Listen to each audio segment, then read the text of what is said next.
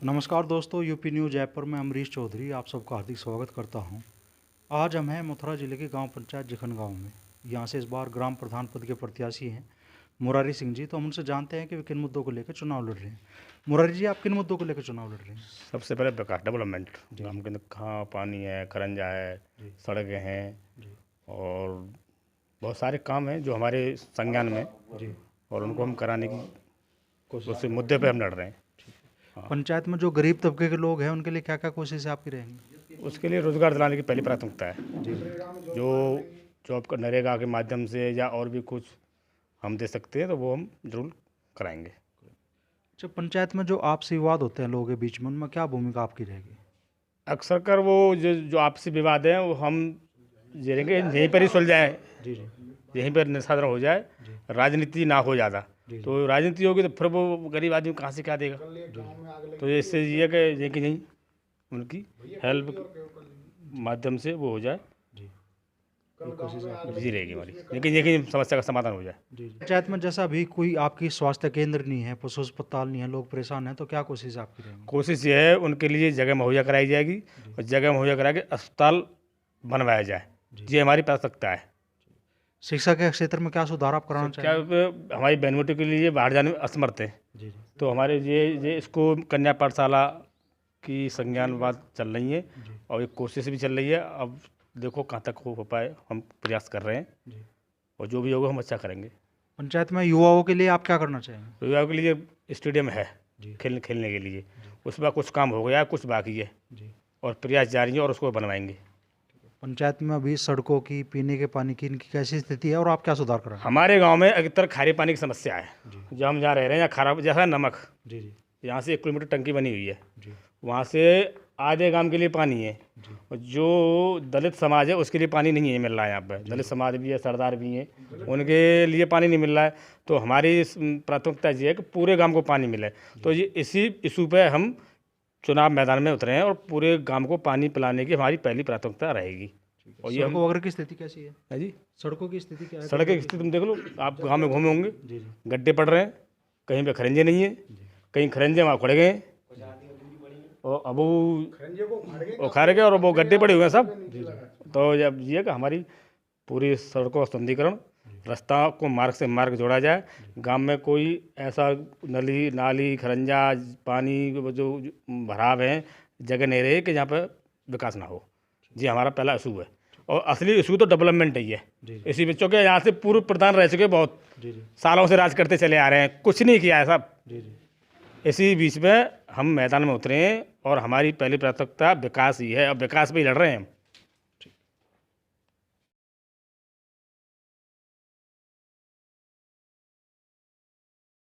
नमस्कार दोस्तों, UP news app पर मैं अमरीश चौधरी आप सबका हार्दिक स्वागत करता हूं। आज हम हैं मथुरा जिले के गांव पंचायत जिखन गांव में। यहां से इस बार महिला प्रत्याशी यशोदा चुनाव मैदान में हैं। उनके पति हरिमोहन शर्मा जी हमारे साथ में हैं, जो कि LIO से सेवानिवृत्त हैं। तो हम उनसे जानते हैं कि वे किन मुद्दों को लेकर चुनाव लड़ रहे हैं।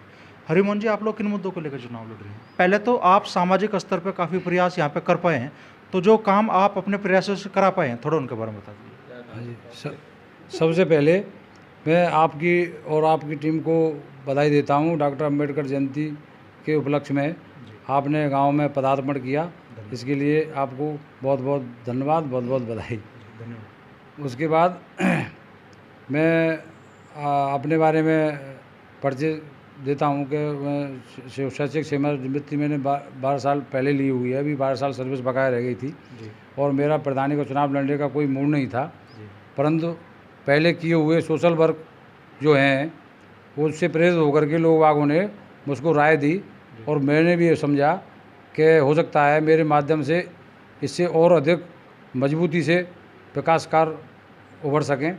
इस वजह से मैंने प्रधानी का चुनाव लड़ने का निर्णय लिया और मेरी वाइफ भी जो है सोशल वर्कर रही हैं और वो भी अच्छे परिवार से हैं।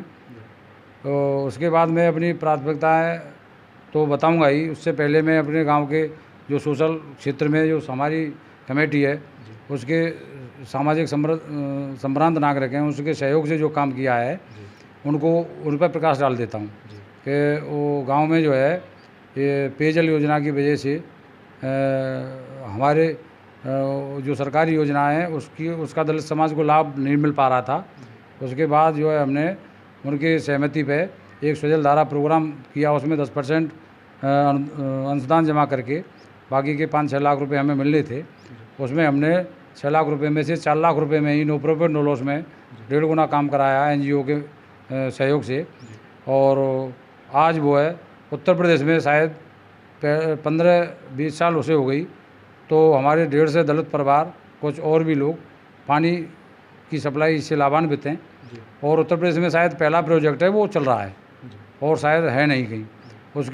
उसके बाद जो है गांव में एक जल भराव की समस्या थी, जखनगाम ड्रेन, उससे हमारी 2-2.5 हज़ार एकड़ ज़मीन 5-6 गांवों की, जखनगाम और तोश और हरिपुरा, भूतपुरा और कंचनपुर, रामनगर, इन गांवों की ज़मीन प्रभावित थी और किसान जलमग्न होकर के उनकी फसल गड़ जाती थी या ज़्यादा पानी भरने से अगली बुआई नहीं होती थी, बड़े परेशान था।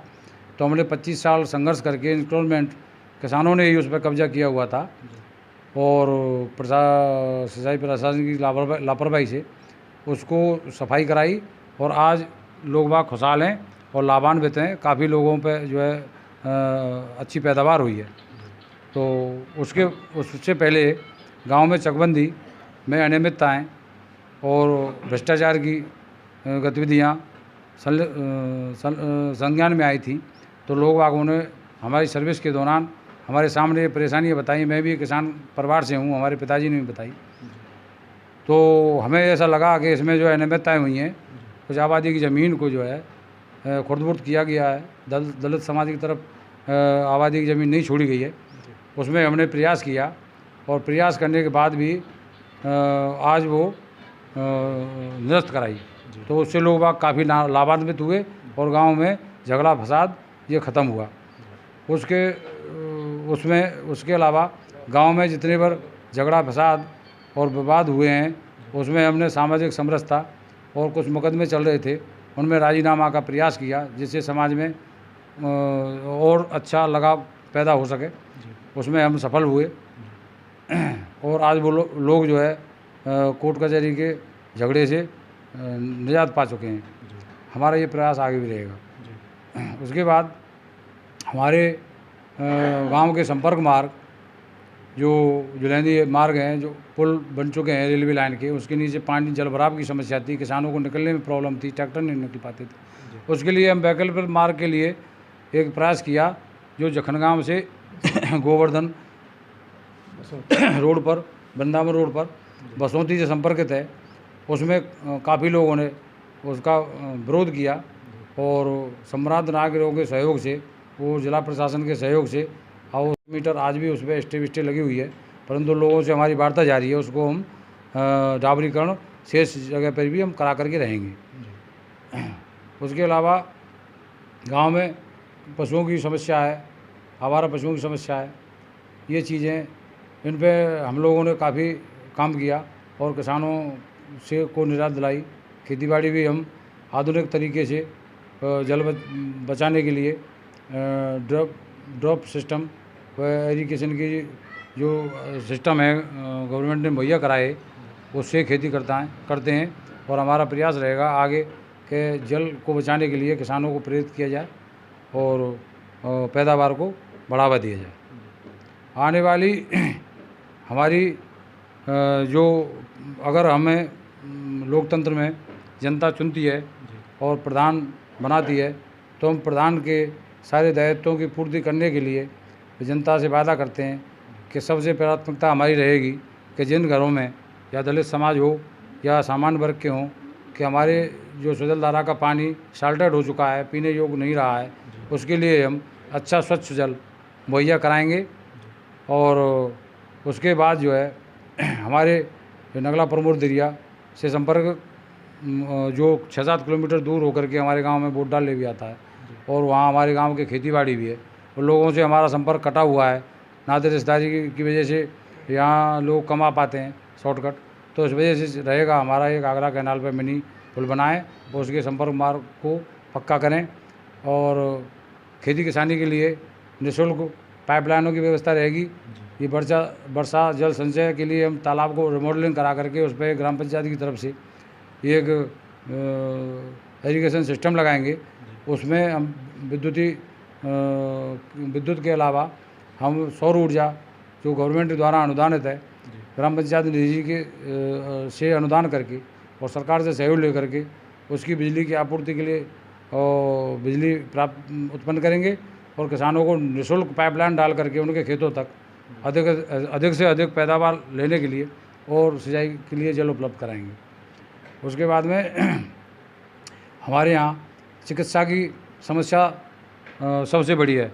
गरीब आदमी डॉक्टर के लिए भारी भरकम फीस और दवाइयों की व्यवस्था नहीं कर पाता है। इसके अभाव में हमारे बच्चे, महिलाएं और बुज़ुर्ग बहुत परेशान रहते हैं। तो क्योंकि मेरा बेटा MBBS डॉक्टर की फाइनल स्थिति में है और मेडिकल कॉलेज से है, कानपुर से, तो NGO से हमारी बातचीत भी चल रही है। हम हॉस्पिटल की व्यवस्था बना करके गांव में हम 1 घंटे और अपने बेटे को या फिर उनके सहयोग को लगा करके और बैठाल करके उनकी दवाइयों और चिकित्सा की व्यवस्था कराएंगे। वो निःशुल्क रहेगी, कोई पर्चा की फीस नहीं ली जाएगी। उसके बाद हमारे यहाँ पशु खेतीबाड़ी से जुड़े हुए लोग हैं, गाय भैंस पालते हैं, तो पशुओं की समस्या है, दवाइयों की समस्या है, उनके इलाज की समस्या है, तो सिस्टम नहीं लगे हुए हैं। उनको उनके कटहरा वगैरह हैं वो लगाएंगे। कुछ हम अपने वेटनरी डॉक्टर से भी एडवाइस करके और गांव के बच्चों को उसमें लगाएंगे और खेती किसानी में पशुओं के लिए रोग, खुरपका, मौका आपके टीकाकरण की व्यवस्था हम यहीं उपलब्ध कराएंगे। उसके बाद में हमारी प्राथमिकता और ये भी रहेगी कि एजुकेशन के मामले में हमारा गांव, हमारा क्षेत्र काफ़ी पिछड़ा हुआ है और जूनियर हाई स्कूल को हमने एक NGO के थ्रू रिमॉडलिंग करने के लिए अपेक्षा की है और उसका अंतिम चरण में काम है, नक्शा हमारे पास आ चुका है। और इंटर कॉलेज और लड़कियों का गर्ल्स इंटर कॉलेज तो हम गांव में खुलवाने की व्यवस्था बनाएंगे। और अगर ग्राम पंचायत की ज़मीन हमारे पास नहीं होगी तो हमारी निजी ज़मीन पड़ी हुई है, मेरे पास ज़मीन है, तो हम उसमें उसके ग्राम पंचायत के लिए अनुदान करके तो इंटर कॉलेज की व्यवस्था बनाने की पूरा प्रयास करेंगे। और उसके बाद जो है हमारे गांव से सरकारी नौकरियों में काफ़ी रेशियो कम है। काफ़ी बड़ा गांव होने की वजह से हमारे आसपास के कुछ नगरियों से भी कम लोग सरकारी नौकरियों में जाते हैं। तो हम पूरा प्रयास करेंगे कि हर साल एक हमारी कमेटी, हमारी जिखनगाम डॉक्टर अम्बेडकर ग्राम विकास कमेटी है, उसके माध्यम से कंपटीशन करा करके उसमें विद्वान आदमियों को लेकर के रिटर्न और फिजिकल अगर उसमें से 10-15 बच्चे हमारे मानक पर खरे उतरते हैं तो हम उन्हें निःशुल्क कोचिंग की व्यवस्था कराएंगे। क्यों, गरीबों के बच्चे हैं, वो कोचिंग में भारी भरकम फीस नहीं दे पाते हैं, तो हम उसे कोचिंग सेंटरों में भिजवाएंगे। क्योंकि हमारे मित्रों के भी कोचिंग सेंटर है, वहाँ से हम उन्हें की दृष्टि में हम ये भी करेंगे। क्योंकि मेरा बड़ा बेटा IIM मुंबई से, NITI मुंबई से DGMO कोर्स कर रहा है, IIT कानपुर से M.Tech है, तो गवर्नमेंट का जो स्टार्टअप इंडिया है, मेकअप इंडिया है और स्वदेशी सिस्टम है, वो उसमें वो उस कोर्स में करने के बाद गवर्नमेंट उसे काफ़ी मात्रा में अनुदानित लोन मुहैया कराती है, जो विश्व बैंक से होता है और बेरोज़गारी और गरीबी उन्मूलन का पैसा होता है। महिलाओं को भी उसमें रोज़गार मिलता है। तो हम बेटे को उस तरह का जो है गवर्नमेंट से सहयोग करके, सांसद महोदय से सहयोग करके हम सेंट्रल गवर्नमेंट से लोन मुहैया करा करके अपने गाँव में एक ऐसा उद्योग विकसित करेंगे जिससे हमारे गरीब जनता को रोज़गार मिल सके और हमारे गांव में बनी हुई चीज़ अन्य जगह भी सप्लाई की जा सके, उसका स्टोर भी हो सके। उसके बाद हमारे जो गांव के संपर्क मार्ग हैं, हमारे गांव के गरीब लोग हैं, वो कुछ भूसा, तूरी और खेती किसानी से अपनी बुग्गी भैंसाओं से चारा वगैरह ढोते हैं या बाज़ार को उपलब्ध कराते हैं, गौशालाओं के लिए ले जाते हैं। परंतु थोड़ी बहुत बारिश होने पर या कोई और प्रॉब्लम आने पर उनकी बुग्गी भैंसा फंस जाते हैं, ट्रैक्टर भी फंस जाते हैं, वहाँ से नहीं निकल पाते। इस वजह से वहाँ संपर्क मार्गों पर आने जाने की बहुत प्रॉब्लम होती है। हमारे खेती किसानी के खाद बीज और जो गेहूँ हैं उनको लाने के लिए भी प्रॉब्लम होती है। हमारी प्राथमिकता संपर्क मार्गों को पूर्ण रूप से पक्का कराने की, डाबरीकरण कराने की रहेगी। चाहे हम सेंट्रल गवर्नमेंट से, स्टेट गवर्नमेंट से, ब्लॉक से या जिला पंचायत से पैसा लेके आएँ, उसके लिए भी हम ईमानदार कोशिश करेंगे। उसके बाद हमारे गांव के बुजुर्ग हैं जिन लोगों ने अभी ज़्यादातर मथुरा से अलावा अन्य क्षेत्र भी नहीं देखा है और उन लोगों की ज़िंदगी गांव में ही निकल गई। वो लोग चाहते हैं, उनके पास इतना पैसा नहीं है कि वो हमारे उत्तर प्रदेश, हमारे राजस्थान, हमारे मध्य प्रदेश और भारत भ्रमण में क्या क्या चीज़ें, हमारे इंडिया किस वजह से हमारा इंडिया महान है, क्या क्या चीज़ें ऐतिहासिक हैं, उनको नहीं पता है। परंतु उन लोगों से हमारी वार्ता होती रहती है, तो हम पूरा प्रयास करेंगे साल में एक बार उनको बारी बारी से कि भारत भ्रमण के लिए निःशुल्क व्यवस्था करके और उनके लिए एक सपोर्ट साथ में दे करके वो उनको भारत भ्रमण कराया जाए। इससे उनका जीवन का जो लक्ष्य है वो भारत के बारे में जानने का पूरा हो सके, ये हमारी प्राथमिकता में शामिल रहेगा।